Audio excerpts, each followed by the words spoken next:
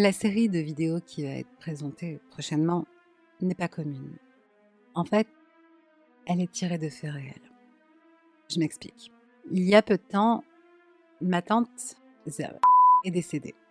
Zah était son surnom. Son vrai prénom était mais elle n'aimait pas qu'on en parle, elle n'aimait pas qu'on donne son vrai nom. Je ne sais pas pourquoi d'ailleurs. Ma tante a toujours été une femme solitaire. Mais ce qui était très étrange, c'est qu'elle était toujours entourée. Mais elle avait une aura sombre. Au lieu d'être éclatante, elle adorait tout ce qui était lugubre. Il y a peu, quand on a appris son décès, on n'a jamais vraiment connu les causes. Et j'étais assez proche d'elle. Pas assez pour qu'elle me fasse des confidences, mais assez pour connaître son penchant pour l'horreur et tout ce qui s'ensuit, étant donné que moi aussi j'adore ça. Lors de l'ouverture de son testament, une lettre m'était adressée. Elle voulait que je sois la personne qui s'occuperait de certaines pièces de sa maison. Ce n'était pas un manoir, mais ce n'était pas une toute petite maison qu'elle avait. C'était vraiment très grand. Donc j'ai accepté ses dernières volontés. Je me suis dit qu'après tout, c'est ce qu'elle voulait, donc il fallait que je le fasse. Et je suis montée à son grenier. Il n'y avait que moi qui avait le droit d'y accéder. Lorsque je m'y suis rendue, il y avait des cartons, des cahiers, des livres, Je suis incapable de dire tout ce qu'il y avait. Mais l'endroit entier regorgeait d'histoire. J'ai demandé à ma famille ce que je devais en faire. Ils m'ont dit que c'était mon héritage et non le leur. Je ne pouvais pas brûler des livres, je ne pouvais pas brûler des notes. C'était impossible pour moi. C'est tellement riche de choses que ça aurait été une abomination de le faire. Alors je me suis dit que j'allais commencer à les trier. En les triant, j'ai découvert que ce n'étaient pas des livres, mais réellement des notes, ou plutôt des histoires, que ma tante écrivait. Elle est née dans les années 80 et a grandi dans les années 90. Dedans, elle raconte des histoires. Quand elle a travaillé dans un vidéoclub, quand elle a travaillé dans un restaurant, quand elle a travaillé en tant que secrétaire, quand elle a travaillé en tant que caissière. Et les histoires qui en ressortent, je ne sais pas si elles sont réelles. Et je ne sais pas si c'est ce que ma tante voulait. Mais j'ai envie de vous les partager. Voici les archives de Tante. La bande oubliée. C'était en 1997 et la chambre de Gary était un fouillis de chemises en flanelle, de CD, de piles de cassettes VHS. Il venait d'hériter d'un carton de vieux films de son oncle Greg, décédé quelques semaines plus tôt. Greg avait toujours été un peu solitaire. Il ne s'était jamais marié, n'avait jamais eu d'enfant et se contentait de collectionner des objets bizarres comme des appareils photo vintage et des films peu connus. Gary n'y prêta pas beaucoup attention lorsque le carton arriva chez lui. C'était pour lui juste un autre appel de l'excentricité de son oncle Greg. La plupart des cassettes contenaient de vieux films d'horreur. La nuit des morts vivants, La chose et quelques petits films d'horreur à petit budget des années 80. Mais au fond de la boîte, enfouie sous une couche de poussière, se trouvait une cassette VHS noire, non marquée. Pas de titre, pas d'étiquette, rien. La curiosité de Gary l'emporta. Il inséra la cassette dans le magnétoscope. Un vieux modèle Sony qu'il possédait depuis le collège et appuya sur lecture. La bande commença par des parasites, le bruit gris et noir qui faisait bourdonner la télévision. Puis, elle s'arrêta sur une image, un plan fixe d'un salon. Les couleurs étaient délavées, comme si l'enregistrement avait été fait il y a des décennies. Il n'y avait aucun son.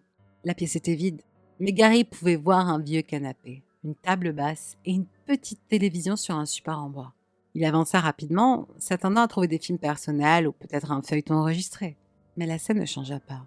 Le même salon vide resta sur l'écran, immobile, comme figé dans le temps. Gary s'apprêta à éjecter la cassette lorsqu'il remarqua quelque chose, un mouvement dans le coin de l'écran. Il rembobina la bande et marqua une pause au moment précis. Une silhouette se tenait sur le pas de la porte. Elle était floue, presque comme si la bande s'était trop dégradée pour la montrer clairement. Mais elle était là, une grande silhouette sombre, sans trait distinctif. Gary se pencha en avant, le cœur battant dans sa poitrine. Il appuya à nouveau sur play. La silhouette commença à bouger, entrant lentement dans la pièce. Ses mouvements étaient saccadés, peu naturels, comme une animation un peu étrange. Gary ne pouvait pas détacher ses yeux de l'écran.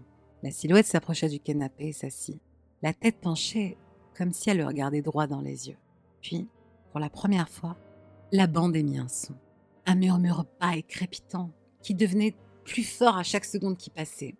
Gary se figea. Il jura que la tête de la silhouette se tournait légèrement. Son visage, sans yeux, le regardant droit à travers l'écran, droit dans les yeux. Pris de panique, il appuya sur le bouton stop et éjecta la cassette. Ses mains tremblaient tandis qu'il la remettait dans la boîte et la glissait sous son lit. Cette nuit-là, il n'arrivait pas à dormir. Chaque craquement de la maison semblait amplifiée. Chaque ombre semblait se déplacer dans les coins de sa chambre.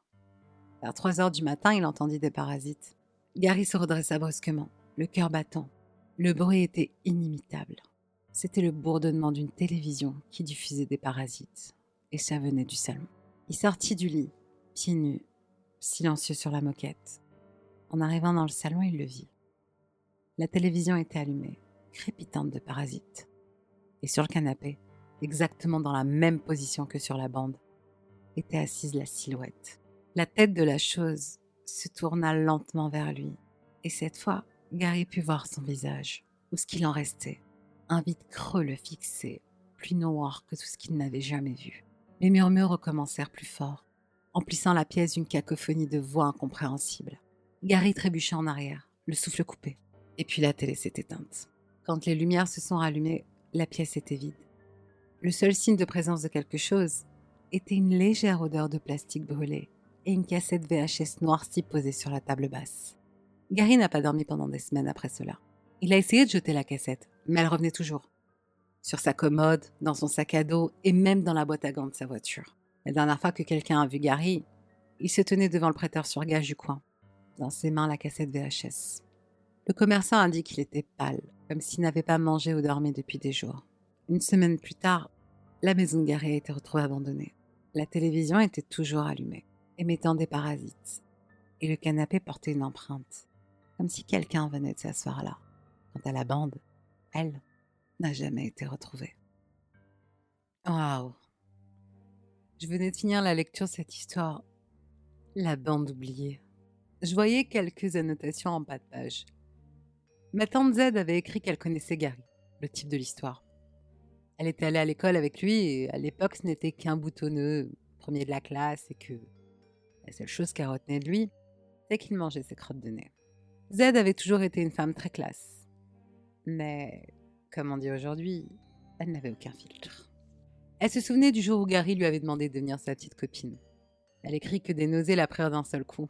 S'imaginait juste rouler une pelle à un type qui mange ses crottes de nez. Lui donnait envie de rentrer dans les ordres. Au final, ils devinrent copains. Pas amis. Et ça, elle le surligne plusieurs fois dans ses mémoires. Ce qui la marqua le plus, c'est qu'elle se rappelait très bien le nombre de fois où Gary lui parlait de son oncle Greg. Il l'appelait le vieux loup solitaire.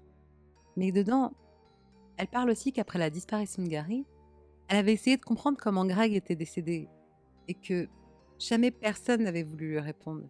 Plus elle questionnait, plus elle se heurtait à des murs. Les derniers mots de ma tante sont « Ils ne sont pas morts, l'un comme l'autre.